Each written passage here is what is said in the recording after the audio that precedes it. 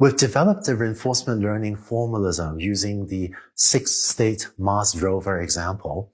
Let's do a quick review of the key concepts and also see how this set of concepts can be used for other applications as well. Some of the concepts we've discussed are states of a reinforcement learning problem, the set of actions, the rewards, a discount factor, then how rewards and the discount factor are together used to compute the return, and then finally a policy whose job it is to help you pick actions so as to maximize the return. For the Mars rover example, we had 6 states that we numbered 1 to 6, and the actions were to go left or to go right. The rewards were 100 for the leftmost state, 40 for the rightmost state, and 0 in between. And I was using a discount factor of 0.5. The return was given by this formula, and we could have different policies pi that pick actions depending on what state you're in. This same formalism of states, actions, rewards, and so on can be used for many other applications as well. Take the problem of flying an autonomous helicopter. The set of states would be the set of possible positions and orientations and speeds and so on of the helicopter. The possible actions would be the set of possible ways to move the control stick of a helicopter. And the rewards may be a +1 if it's flying well, and a -1,000 if it does something really bad or crashes. So a reward function that tells you how well the helicopter is flying. The discount factor, a number slightly less than 1, maybe say 0.99. And then based on the rewards and the discount factor, you compute the return using the same formula. And the job of a reinforcement learning algorithm would be to find some policy pi of s, so that given as input the position of the helicopter S, it tells you what action to take. That is, tells you how to move the control sticks. Here's one more example. Here's a game playing one.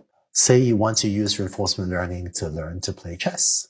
The state of this problem would be the position of all the pieces on the board. By the way, if you play chess and know the rules well, I know that there's a little bit more information than just the position of the pieces that's important for chess. I'll simplify it a little bit for this video. The actions are the possible legal moves in the game. And then a common choice of reward would be if you give your system a reward of +1 if it wins a game, -1 if it loses a game, and a reward of 0 if it ties a game. For chess, usually a discount factor very close to 1 would be used. So maybe 0.99 or even 0.995 or 0.999. And the return uses the same formula as the other applications. And once again, the goal is, given a board position, to pick a good action using a policy pi. This formalism of a reinforcement learning application actually has a name. It's called a Markov decision process. And I know that sounds like a big technical, complicated term, but if you ever hear this term Markov decision process, or MDP for short, that's just the formalism that we've been talking about in the last few videos.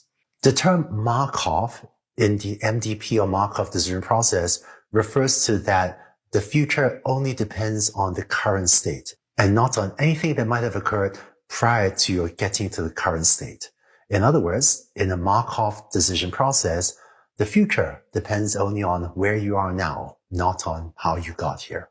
One other way to think of the Markov decision process formalism is that we have a robot or some other agent that we wish to control. And what we get to do is choose actions A, and based on those actions, something will happen in the world or in the environment, such as our position in the world changes, or we get to sample a piece of rock and execute a science mission. The way we choose the actions A is with a policy pi, and based on what happens in the world, we then get to see, or we observe back, what state we're in, as well as what rewards are that we get.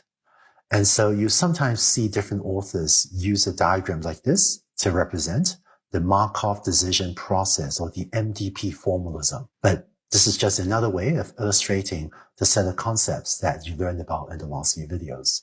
So, you now know how a reinforcement learning problem works. In the next video, we'll start to develop an algorithm for picking good actions. A first step toward that will be to define and then eventually learn to compute the state action value function. This turns out to be one of the key quantities for when we want to develop a learning algorithm. Let's go on to the next video to see what is this state action value function.